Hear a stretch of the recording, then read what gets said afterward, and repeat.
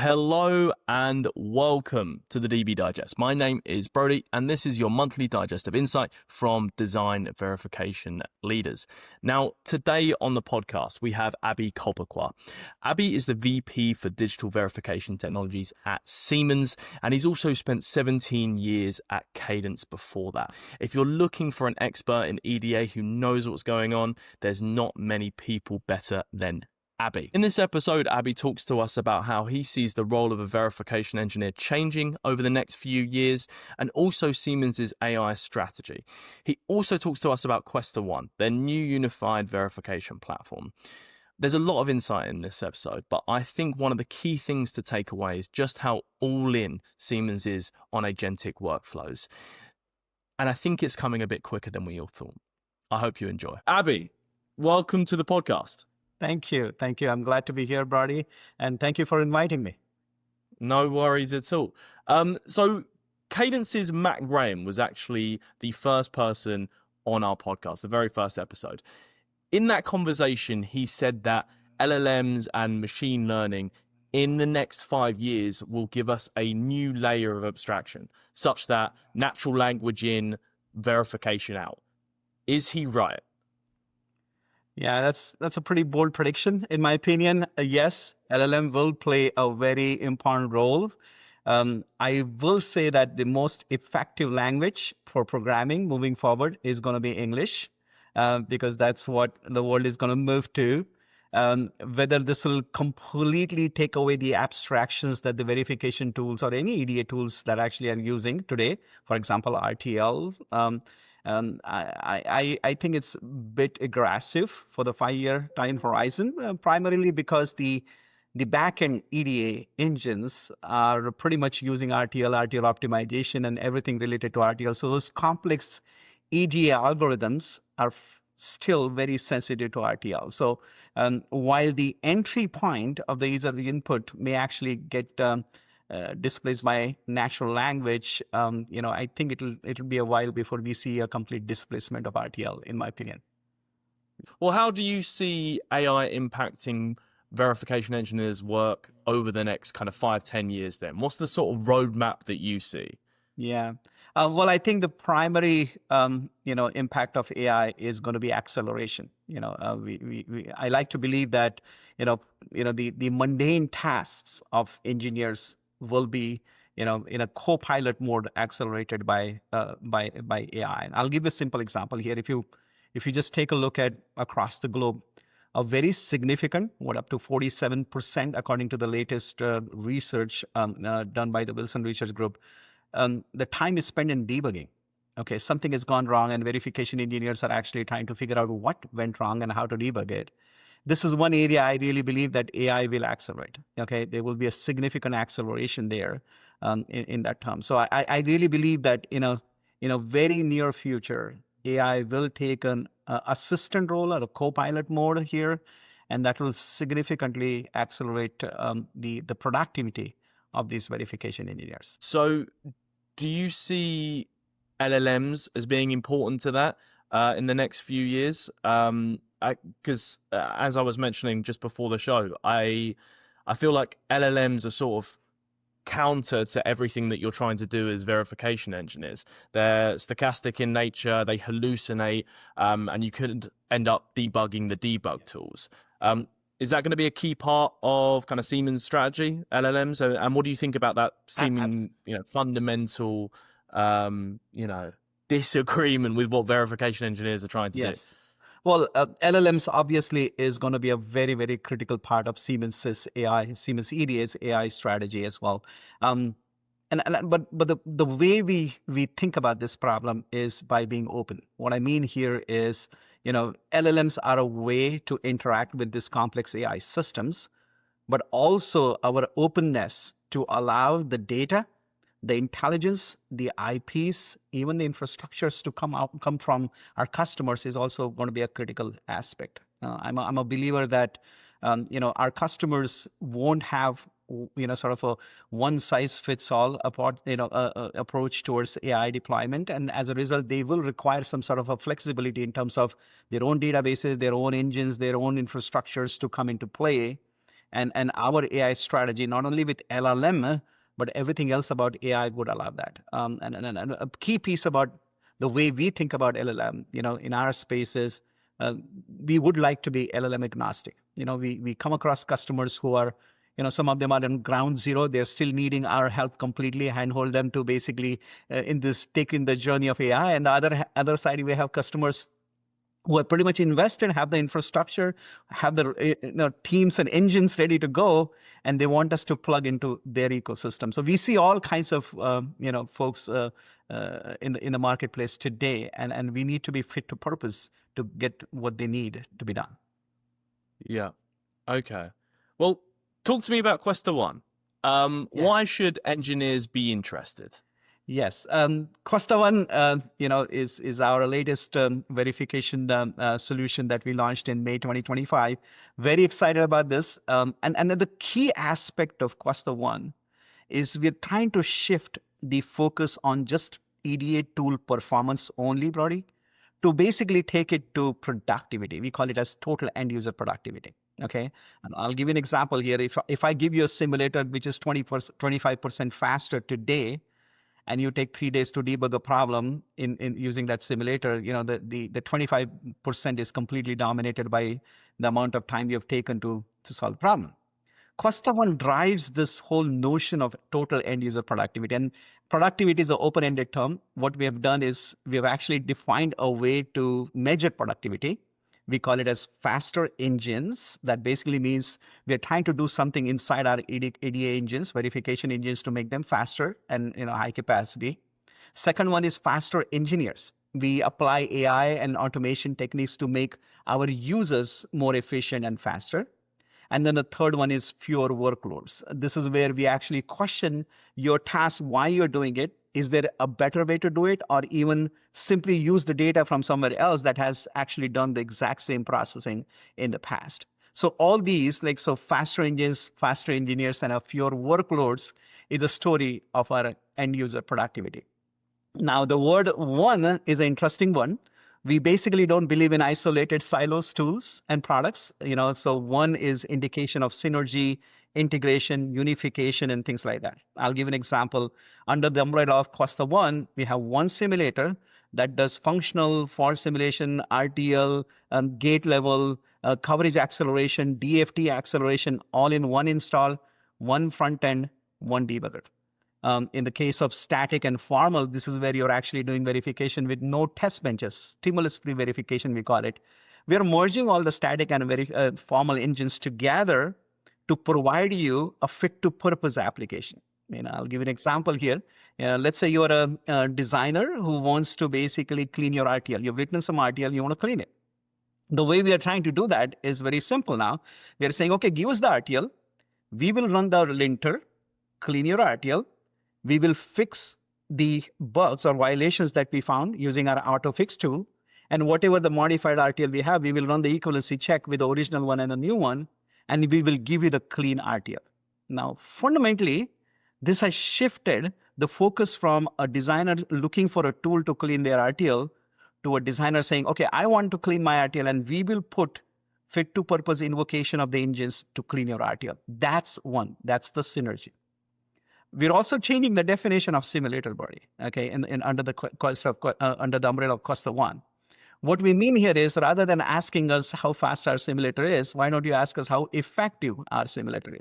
What I mean here is, if you're driving with 98% coverage goals for your design, and if you're taking 20,000 seats to get there, can I help you get there with 10,000 seats? Okay, so the effectiveness of a simulator is what's the optimal number of seats you need to get to your coverage goals, rather than just talking about the bare-board performance. So Questa One is a mix of all of these innovations coming under one umbrella, and we're really excited. We got a lot of endorsements from some of the very key and leading semiconductor houses across the world, and people have already seen the value of it even before we launched it. So it's been a really great ride. What real-world results have you seen from some of these IP houses that you've mentioned using Questa One? Are there any sort of stats that you can throw out at all, or any evidence that it's been super useful in the real world? So if you look at our Questa One launch, there were 4 customers who actually came out in the open and talked about this. It was MediaTek, ARM, Microsoft, and Rambus. And if you look at their public codes that they've given, they're actually talking about the effectiveness of Questa One, and the way they express is very interesting. MediaTek is talking about how much of resource time and a debugging time they were able to save by using Questa One. ARM is talking about the performance and scale. Microsoft is talking about the DFT acceleration, where those days and weeks long gate level simulations are dramatically reduced now. Rambus is talking about the synergistic approach, where they were able to put in multiple verification tools together to significantly reduce their verification time and increase their confidence of quality. Right. So all of these are just testimonials of different value propositions that Questa One was able to offer them in their flows, basically. Fantastic. If there are other capabilities coming, more emergent capabilities coming through EDA vendors in terms of machine learning tools, LLMs, etc., why should engineers or companies or managers bother with Questa One if there's likely to be a new platform, 6 months down the line that has more capabilities? Why even bother with this one? So, great question. And, one important thing about Questa One is a smart verification. That means the application of AI to provide, end user productivity is a very critical portion of Questa One. We have identified 5 different spaces: creation, when we are creating test benches or RTL code and things like that using AI. We're talking about analysis, where we do advanced data insights with Questa One. We do regression management, optimal workload management using AI. Engines, where we are putting AI inside the engine to accelerate decision-making process, and debug, where we are really applying smarter debug techniques using analytical AIs and stuff like that. So AI is a very essential and a key part of it. One of the things that we in Siemens EDA, we don't make AI as a goal. We make AI as a means to attain the goal. And I think this is a very important thing. We don't want to get carried away by the hives. Now, your question about why should people be worried about or excited about Questa One with where AI is taking us with all these machine learning models and LLMs and things like that. I think the Questa One really is a setting stage towards agentic future. We truly believe that a lot of these products in EDA are going to basically become agents. They will have well-defined goals. They will have the LLMs and databases and interfaces to work with. And then people will be able to, and of course, we as EDA vendors will also help you create those agentic flows. Questa One has allowed us to create fully interoperable and agentified engines to prepare for the future. Okay, and this is a very big infrastructure that we have actually created underneath, because at the end of the day, no matter what kind of a flow you put up, Brody, you're going to need the engines to come through. Okay, I just give you an example of a clean RTL. But what happens if my linter doesn't talk to the autofix, doesn't talk to equivalence check? You will not be able to create a very effective flow. Okay, Questa One is this battery of engines who are fully interoperable and can actually work with the futuristic agent-based future, right? This is the key thing here. So engines are not going to go away. People are going to need engines. How you use those engines into perspective is going to be the key. That's the co-pilot that will decide an effective verification engineer from a suboptimal one. And that's where we are heading with Questa One. So you see more and more of verification engineers' time being made up of kind of designing these agents, making sure these agents are working properly within your platform, essentially. What do you think engineers should be doing to sort of prepare for that new landscape? Yes. Using agents, etc. Is there anything they should be doing right now? Yeah. So first of all, no matter what AI brings in and what agentic flows actually bring, the fundamental knowledge of the design and what needs to be tested and what the hotspots are and what's the path to get to the coverage goals that you have is not going to change. I like to believe that for the near future to come, the term verification engineer will be replaced by the verification scientist. I think the path from becoming an engineering to scientist. The reason I say this is a lot of their mundane task of writing a script, getting the tools to work, and shift one ecosystem and setup to another, and things like that. That will be fully done by agents. What remains there and what is more critical for the future to come is how creative verification scientists can actually become in creating those flows, those agentic flows. A lot of their thinking will be actually spent in putting these flows together that are fit to purpose. Hey, are you concerned about the safety? Are you concerned about the security? Are you concerned about the early PPA analysis? We're seeing a big trend now in the market where the design engineers and verification engineers are coming very close to each other, right? And almost to a point where it is becoming inseparable. So what is it that the design engineer can and should do that verification engineer can quickly pick up each other's tasks is going to be very, very critical. There will be a lot of focus on correct by construction. How do you basically get good specs? Because the specs will be the moment, sort of sources of truth that will be taken by these AI engines to convert into test benches and stuff. But if the verification engineers or designers are not able to write good spec, then it's highly likely that the output of the AI engines is going to be suboptimal. So, if you were to ask me exactly what should verification engineers to do, I don't think their knowledge of EDA tools and how to apply them is going to basically go away anytime soon. They need to understand their design. They need to understand their coverage goals. And I think a lot more of their spine will be actually spent in creating some creative dynamic flows that gets their job done fast. And then agents will be there to actually assist them. What makes you think that we can't, effectively be rid of verification engineers entirely in the near future, and have agents designing these agentic flows themselves, right? Yes. What yes. makes you think that we can't do that? What's the roadblocks in the way of doing that? Oh, let me first clarify.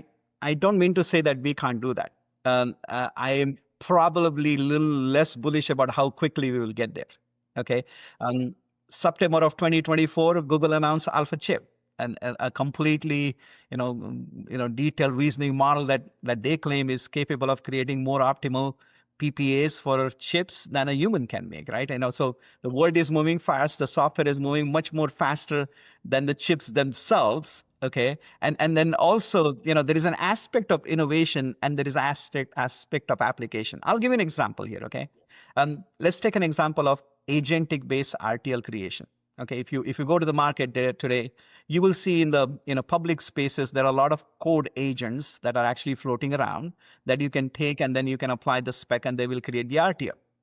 Now you go to an RTL designer who has been working in the industry for 25 to 30 years and ask him or her, will this actually fit the bill? And you will see the reaction where there will be a question on the accuracy, the quality, and all that kind of stuff, because all it takes is one or two bugs in that RTL to basically, in $25-30 million of your OPEX is down the drain right there, right? So innovation is one part, but scalable innovation is where there is a lot of human confidence that we will need to build. I truly believe that Copilot is in the near future, but complete displacement, completely automated way or autonomous ways to actually verify the chips.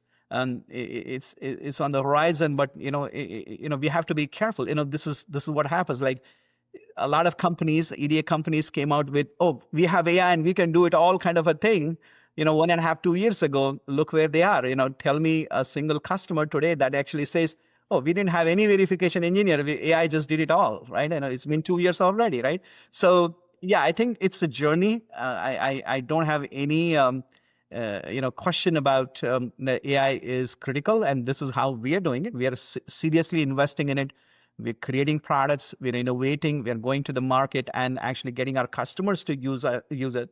But we never say that, okay, you're not needed, your job is not needed, and our AI will completely do it. We're only positioning this as it will accelerate what we do at this point. Yeah. I think it would be very poor salesmanship for you to say you're not needed. Yeah. Exactly. Yeah, and you probably sense that. So I am optimistic. I am more realistic as well. And based on what I see in the market today, there's a great reception. but Yeah. we still have to do more as EDA companies, as semiconductor companies, to create and deploy it. Yeah. Fantastic. What's next for Siemens EDA on this kind of road to agentic processes? What's the roadmap looking like? Well, I think, you asked for the EDA thing. I think AI will push agents. And I think that's I don't think anybody will debate on this one. I think agentification of our traditional core EDA engines is something that is going to come pretty quickly. And once the agent, are there, there will be a immediate talk about agentic flows and how we are able to put this in. It remains to be seen on exactly how customers react to it, who creates their own framework, who basically outsources the framework, who takes the responsibilities of creating the agentic frameworks and stuff. And what will naturally follow is this whole data protection and sort of a privacy kind of issues. And then most importantly, that what will follow is credibility. How do we win that 30 or 40 years old verification and design engineer and their confidence on this one? So I think there'll be a lot of talk about agentic flows, frameworks, making things work. A lot of things will float around. What I would curiously look forward to is basically how much adoption and across which segments we will actually continue to see. We have a ton of customers today who are already using our products, AI products, and effectively so. So we're very committed to this one. But at the same time, I take I have a disagreement where people will just say, you know what, we're just going to replace this and that. I think it will be a while before that. Okay. All right. I appreciate that, Abhi. Guys, go check out Questa One. I'm sure there's a bunch of people at Siemens that would love to talk to you about it. Abhi, really appreciate your time, mate. Been really, really interesting. Thank you for coming on. Thank you. I'm glad to be here and appreciate all the questions. And I look forward to connecting with you in future too. Thank you.